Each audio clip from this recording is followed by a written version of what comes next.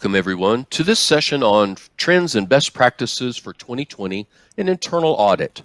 I'm Kent Thornton, Associate Vice President, Customer Solutions and Innovations at MetricStream, and it's our pleasure to have you join us today for MetricStream's Virtual GRC Summit 2020. We are joined by Alex Gacheche to share his expert views on this topic. Alex is a data management leader at Freddie Mac. He is responsible for ensuring data management processes across Freddie Mac are implemented per regulatory requirements and that the firm is leveraging the full potential of data. His collective experience includes performing information technology controls assessments in conjunction with management consulting engagements, compliance audits, business audits, privacy audits, cybersecurity audits, model audits, SOX 404 readiness, and financial statement audits. A veteran of over 20 years in the financial services governance, risk, and control space, Alex joined Freddie Mac in 2010 and has held management roles in Freddie Mac's single-family business, internal audit, and enterprise risk management divisions.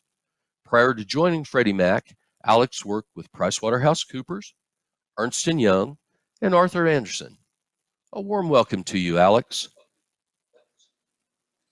Thank you, Kent, for that wonderful introduction. You forget how long you've been doing this sometimes. Way of introduction, first of all, I'd like to thank MetricStream for inviting me again to speak. It's always insightful to be able to engage with people and be able to share some of my experience. By way of introduction, my name is Alex Gacheche. I'm an internal audit director at Freddie Mac. I'm responsible for auditing data management activities across the firm. One thing that I do is making sure that we have the right engagement in terms of compliance to what the regulators want, as well as looking for opportunities as to how we can be able to make our processes a lot more efficient. For those who don't know, Freddie Mac is in the secondary mortgage market. What we do is that we buy mortgages from banks that lend to me and you. And then what happens is that Freddie Mac will securitize the mortgages and be able to sell them as securities. In that case, when we buy the mortgages from the banks, we provide liquidity for them to continue lending. Freddie is very similar to what Fannie does. It's our sister company. So a lot of people will ask me, are you Freddie or Fannie, based on what they've had. Again, it's a great pleasure to be here. Prior to Freddie, I've been at Freddie for 10 years. Prior to Freddie, I spent time in other consulting companies. I spent time in PwC, E&Y, Bank of America, as well as Arthur Andersen. So I'm all in terms of governance, risk, and controls. Okay. In terms of the outline, we're going to talk about a couple of things. We're going to spend the next couple of minutes talking about changes in expectations. The traditional view of audit was one way. We looked at risks and controls mostly. That has changed, and the expectations of our stakeholders, we need to be able to match that. We'll also talk about, I have prepared 5 best practices that we at Freddie Mac are using to make sure that we're meeting the stakeholder expectations. And based on my experience, it's worked really well. So I'll say, we'll talk about leveraging specialists in your audits. We're not geniuses in everything. We can be able to reach out to other people who actually understand the changes that have happened in the risk landscape to provide the best insight that we can. We'll also talk about collaborating closely with the second line of defense. To me, that's really, really important because I spend time on the second line and on the first line, and I understand the reason as to why it's good for us to be able to make sure that we are aligned with the second line. Number 3 best practice, we'll talk about expanding and sharpening our skills. Audit practice is changing. Our clients are changing, and we need to be able to align ourselves with what the changes are in the business. Number 4, we have automating whenever possible with technology. We'll talk about the changes that are happening in technology and how best we can leverage technology to be able to automate some of those processes so that we can focus on what's important, providing insight to the business. Number 5 key thing that I'm very passionate about, this is a behavioral side of internal audit, is auditing with energy, bringing in your all into the audit experience. You want to be able to bring your personality into the engagement so that you can be able to focus on what's important. Okay, so let's go ahead and start with the first best practice. I'll make a premise in this one first. Internal audit, to me, is the most important audit that you can ever have. It's the audit of your own internal processes. So you have a stake in it. In my view, as an internal auditor, you play a very important role in making sure that your company is successful. So you should take it with a lot of zeal. That's number 1 premise. And then if I would go into the slide a little bit more, I'll say the expectations of internal audit are rapidly changing. They're changing very quickly. In the past, what we did is that we had risk assessment at the end of a year for a great plan of what we're supposed to execute the following year. We're still doing that. We are not forgetting our role as internal audit. We're supposed to provide assurance on internal processes and controls. But in addition to that, the expectations are changing to a way that internal audit is expected to do a lot more. There's a lot more in terms of emerging risk that's coming up. If we plan to do 20 audits, then all of a sudden something happens in the middle of a year, the expectations are changing quickly, that we need to be able to provide insight to the business so that they can be able to form the strategic decisions that are supposed to be to guide the business. I'll give you an example. This is 2020, and one of the things that has happened is COVID-19. We did not have that in the plan, but one of the things that generally most audit firms are doing and most audit shops are doing is something called pandemic monitoring, observing what the businesses are doing in terms of execution of activities that they had planned at the beginning of a year. So certain items have been pushed back and other items have been focused on. The focus has changed a little bit. Okay, so with changes with expectations of stakeholders, as internal audit, we expected to also change with that.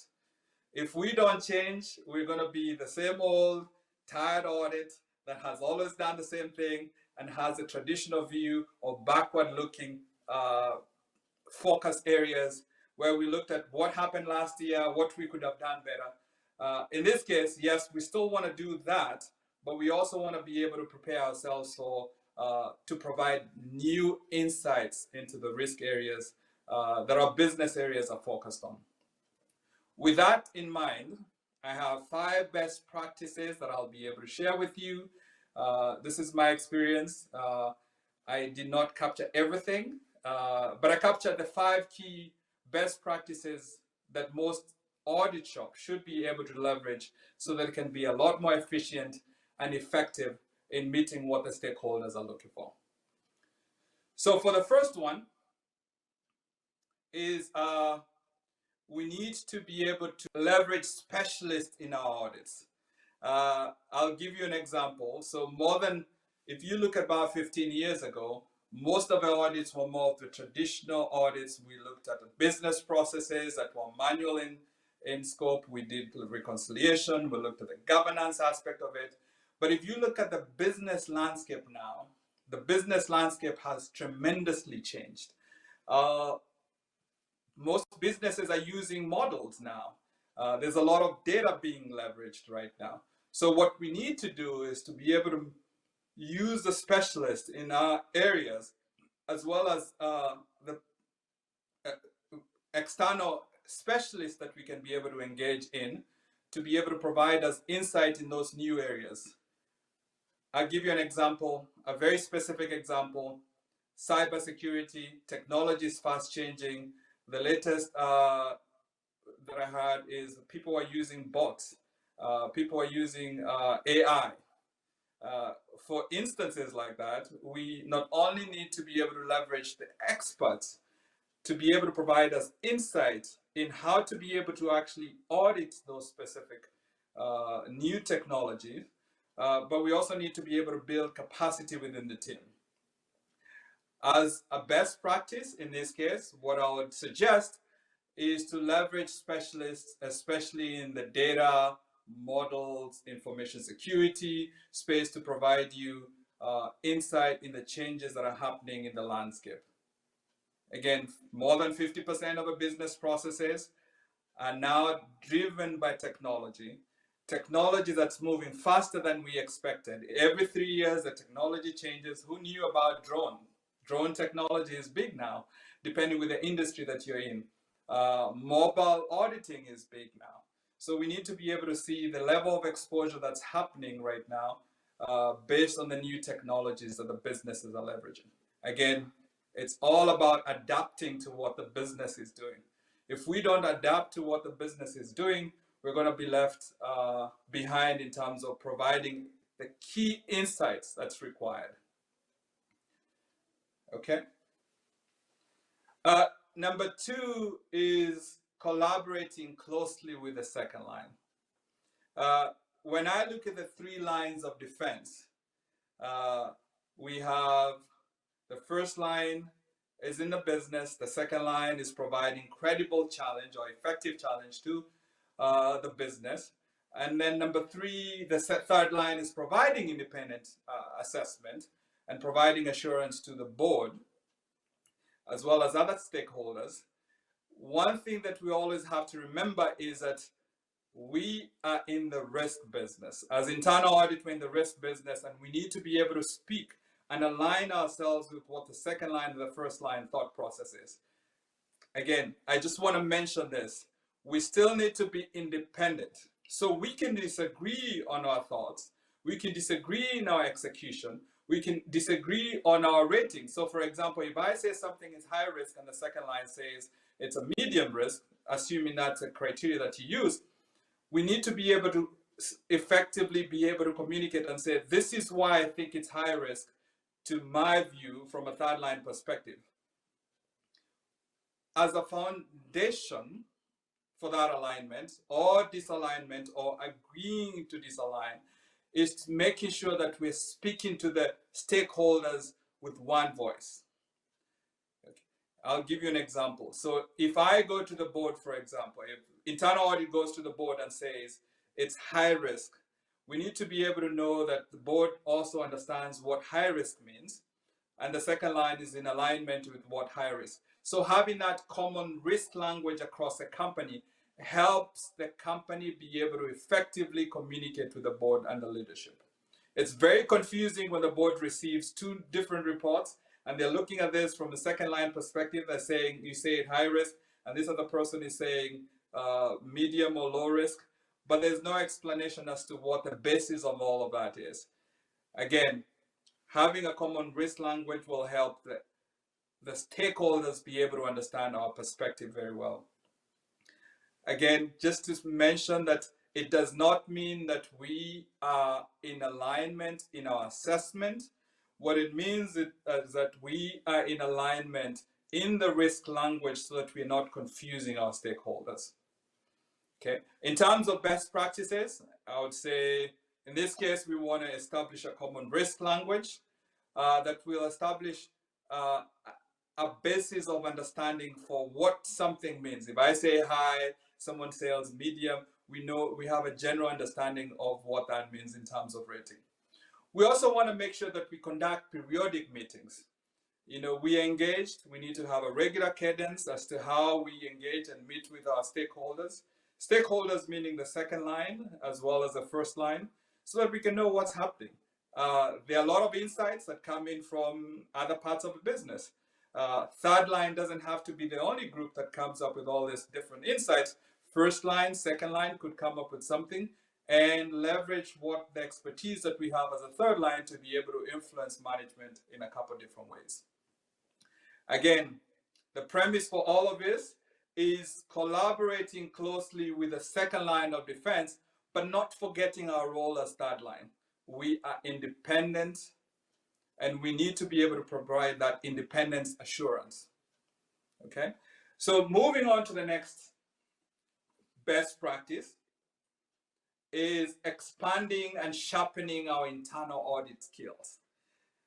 Going back to my first best practice, there's a lot changing in the business. I'll tell you about 20 years ago, we did not have the same technology that we have now. In the past, we used paper files to do reconciliations. Now everything is big data. Everything is leveraging a lot of technology. A lot of things are moving to the cloud. There are bots that are used by the business to perform functions.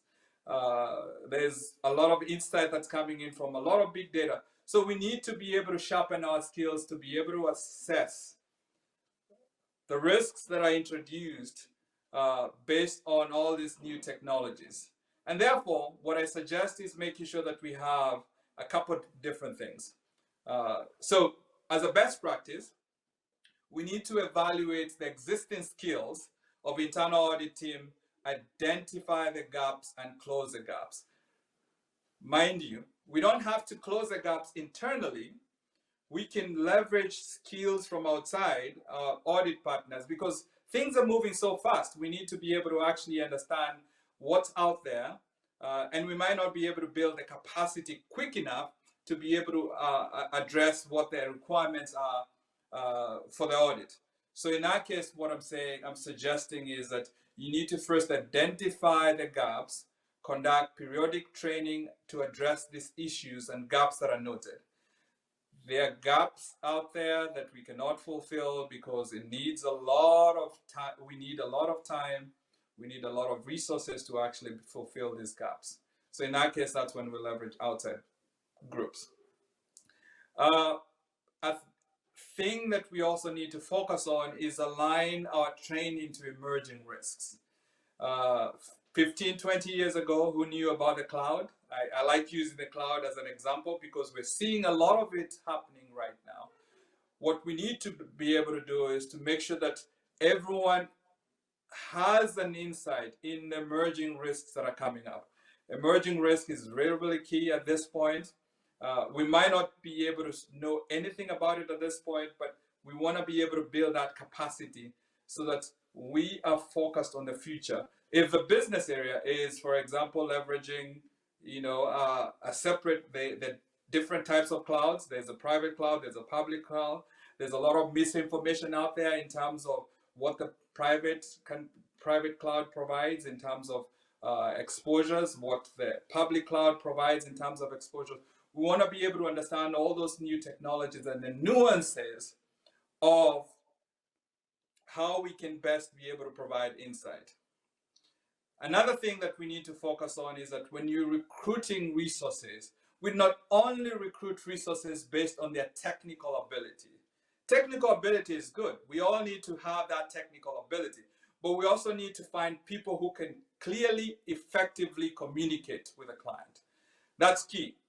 If we cannot communicate our thoughts, if we can't communicate how we view something, then we're not going to be effective. So one of the clear things that we need to focus on is not only critical thinking, analytics, technological skills, being able to tick and tie things as an auditor, but we should also focus on making sure that we have folks who can clearly communicate the technical insight that they have to someone who might not be on the same level in terms of understanding. That's something that we need to be able to focus on. We also need to be able to provide, to build relationship with external service providers. Again, going back to the original view is that we might not have all the skills in-house, but we know someone who can be able to provide them quickly. If something changes in the environment and you need to have experts, for example, in cybersecurity, you need to have experts in changes in interest rates and how that impacts our personal business. If we don't have the skills in-house, we can be able to have that external group that we can be able to leverage as needed. Again, just to recapture this, is that we need to do a skills assessment and cover the gaps that we have. We need to align our training with emerging risk and regulatory developments that are happening, we need to be ahead of the game as opposed to looking back at how things have been done in the past. We need to recruit the right folks, not only with technical skills, but we also want to make sure that we recruit people who can be able to execute and clearly communicate the issues with the client or opportunities in that case. We also need to build relationships with external service providers who can provide us the specialist skills as needed. Going back to my original point, number one, best practice is that we need to be able to leverage specialists as needed in our audits to provide the insights that we need based on the new technologies and new changes that are happening in the business. Okay. Number four, best practice. Technology is your friend. Technology is our friend. We can do so much with technology that we never were able to do 15, 20 years ago. I still remember, in my first audit, one of my clients used Lotus 123. We had big spreadsheets, we had a lot of data dumps, and we would do ticking and tying using pencils, red pencils, green pencils, to be able to make sure that we're providing the right level of assurance. That exercise, for example, would take me 2-3 days to be able to do that. But right now, you can use R Python to clearly automate this and be able to provide a quick assessment and summary in less than 15 seconds. Imagine that. Insights, manual processes that took 3 days now take 15 seconds. So we want to be able to, as internal auditors, we have a unique ability to be able to provide insight. We have that landscape that we can look at things from end to end, which is different from other audit teams. When you have an audit team that comes in from the outside, all they focus on is their scope. Their narrow scope, they focus on one thing that they're looking at as opposed to the end-to-end process. As internal auditors, what we have the ability to do is be able to look at things from end to end. And that insight is more important than the process that gets us to the process where we can provide the insight. Again, took me 3 days to get a dump of all the data, and then it took me another 1 or 2 days to just provide insight in that. That takes 15 minutes. Then now I can be able to spend the 3 days to come up with insights that the business actually needs. Okay. Technology has made it so much easier than it was in the past to analyze large data sets. Big data is big right now. A lot of companies are adopting it, but also with big data, it introduces new risks that I think we talked about earlier on. Is where if a business is moving towards a direction, we need to make sure that at least we aligned in terms of resources to focus on that. As a best practice in this case, we need to build a centralized library to integrate audit data, include the risks, as well as issues and controls that are coming up. That way, if you have a huge data set that provides you issues that are coming in, you can quickly come in and look at the trends and things that have happened in the past so that you can focus on the risk areas. If something has already been identified in the past, there's no need of us spending the resources to be able to identify the same thing. We want to be able to step back and look at things that haven't been identified so we can continue to add value as internal audit. Another thing about technology, Tableau is a big tool that's being used in the industry right now, is implementing intuitive dashboards. And most of the GRC tools are also providing that, is where you have intuitive dashboards that just provide you a great insight. Wake up in the morning, the first thing you see is a dashboard that says, these are the risk areas, these are the issues that have been identified in the last couple of months, these are the issues that have been identified in the last 6 months. That way you're able to focus on what's important. In the past, that information would take a long time to aggregate, and eventually it would be hard and confusing for senior management to actually make decisions on that because they didn't have real-time data.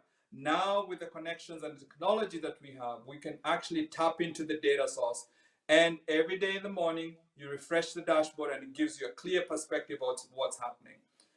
I'll give you an example of clear insight that's happening in the industry. Cybersecurity is big in 2020 and has been in the last couple of years. What happens is a lot of companies are using insightful data dashboards to give you things that have happened in the past 24 hours. That way you can clearly know if there's been an exposure in a company and this is what the exposure was for, you can be able to address the root cause before it happens to you. Okay.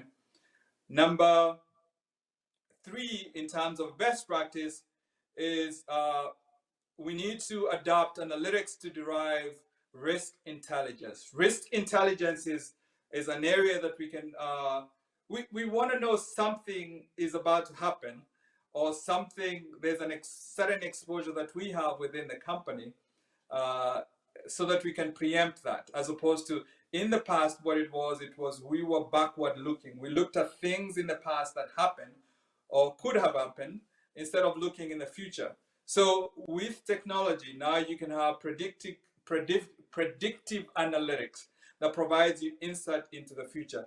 This type of intelligence is what management is looking for. The stakeholders are looking for us to provide that intelligence as to what's about to happen as it relates to the company.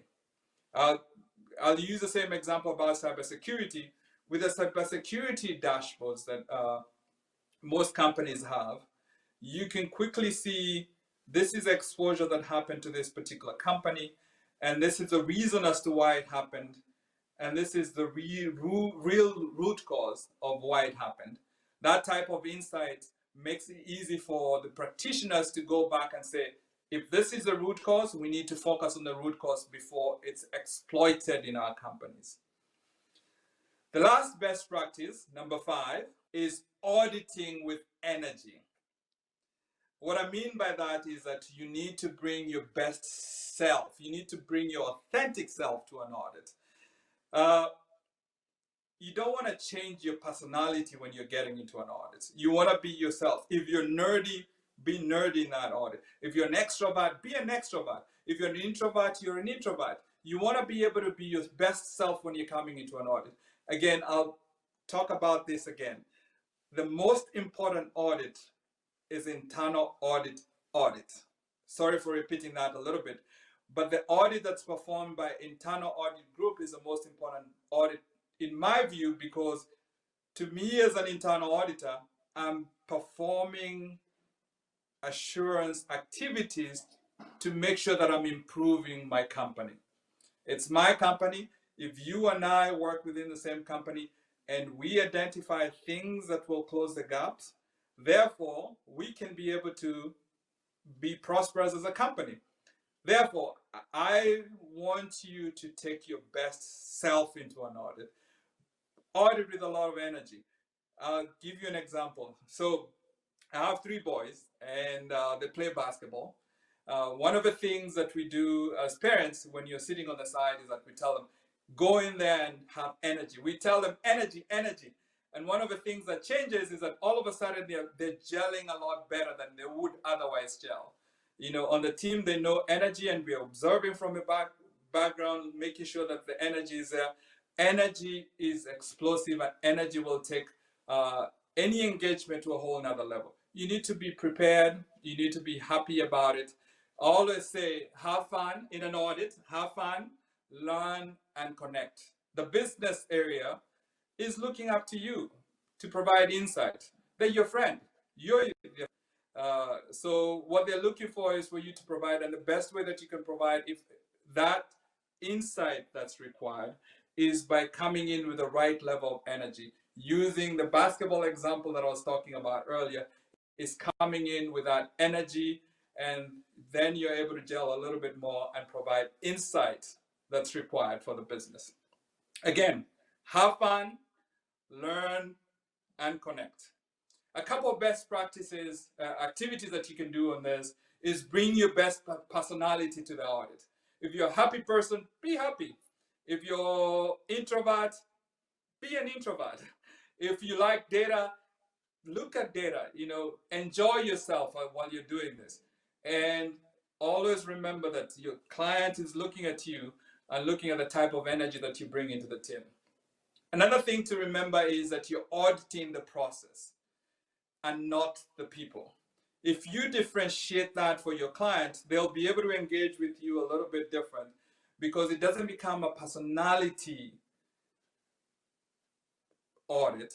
It becomes a process audit. You're looking at the process, you're not looking at the people and how they execute it. So I think if you make that clear distinction at the beginning, the client will always engage with you slightly different, as opposed to saying, hey, I want to make sure that you did the right thing. It's about the process. Again, we're providing insight to the process and not the people. Another thing that you want to do is that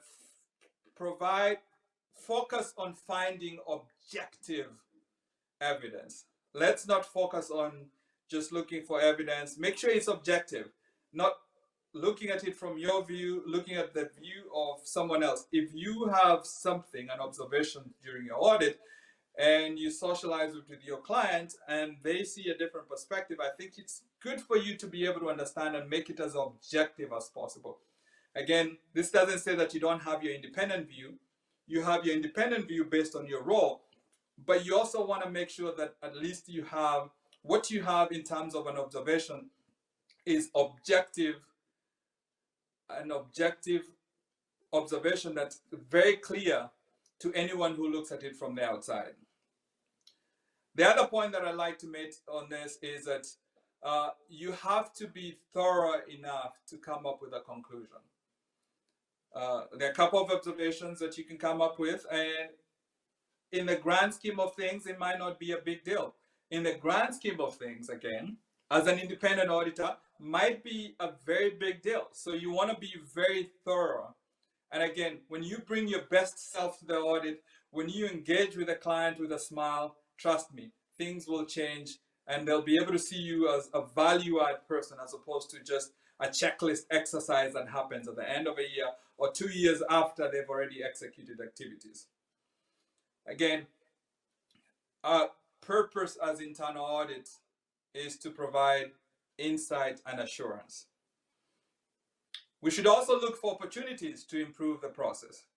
You know, there are process improvement opportunities. I look at data management from all the different lines of business. And there are times that I see line of business is really, really effective in one thing. I want to be able to take that same information and pass it on to someone else and say, hey, they're doing a fantastic job with big data. Therefore, you can be able to leverage that. So we're always looking for, we should also be looking for opportunities to improve the process, as opposed to just coming in and doing more of a checklist exercise that happens 2 years after the activities have already been executed. Now, the last point that I'd like to make on this is we need to be positive. When you come into an audit, you have to remember that your client, you and the client are on the same side.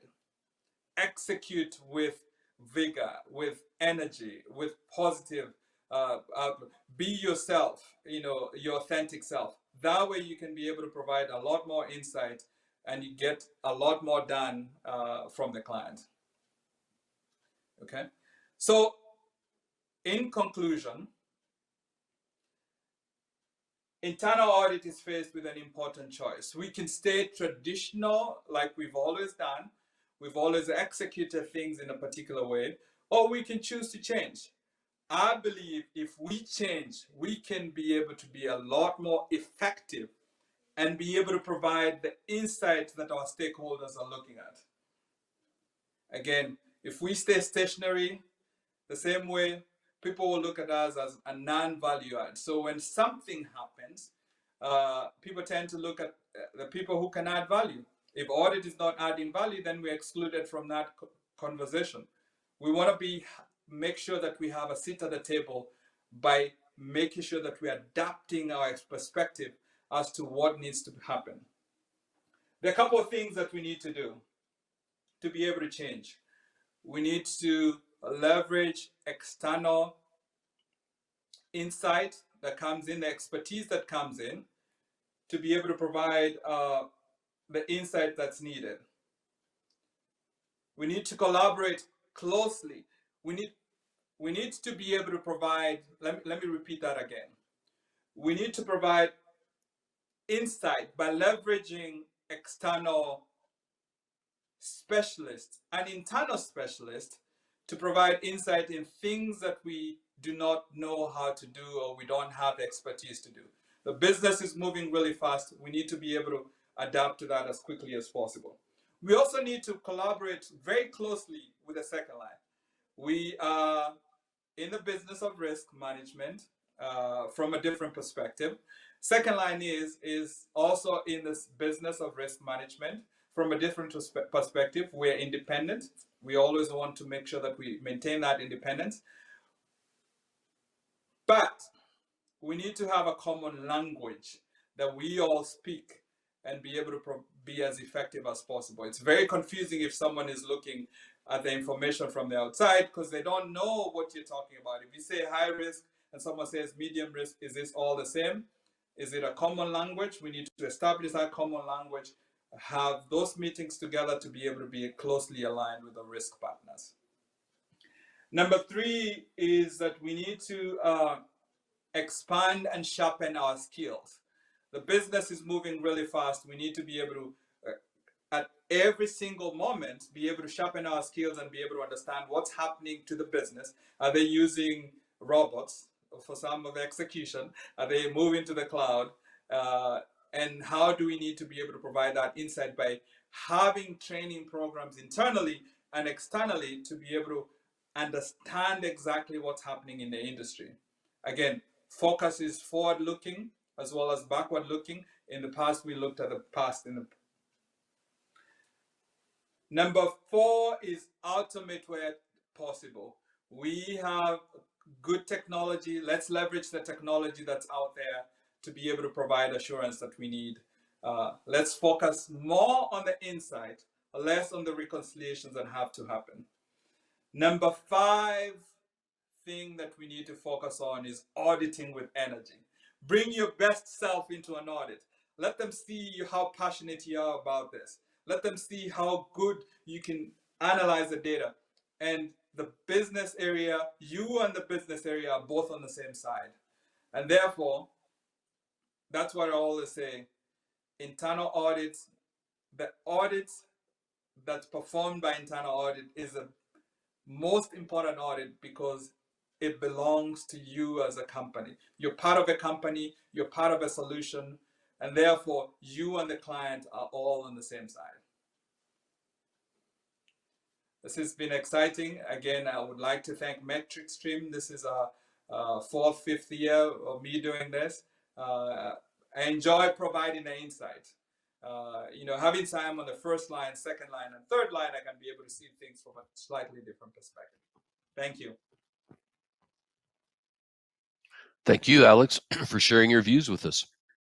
Ladies and gentlemen, thank you so much for your participation in our session today. In the interest of time, we're going to address any additional questions offline. Please send your further inquiries that you might have to grc-summit@metricstream.com with the topic Trends and Best Practices for 2020 in Internal Audit in your email, and we'll be happy to have them answered for you. With this, we will bring the session to a close. And again, I'd like to thank Alex for his insightful presentation. Also, a big thank you to all of our participants.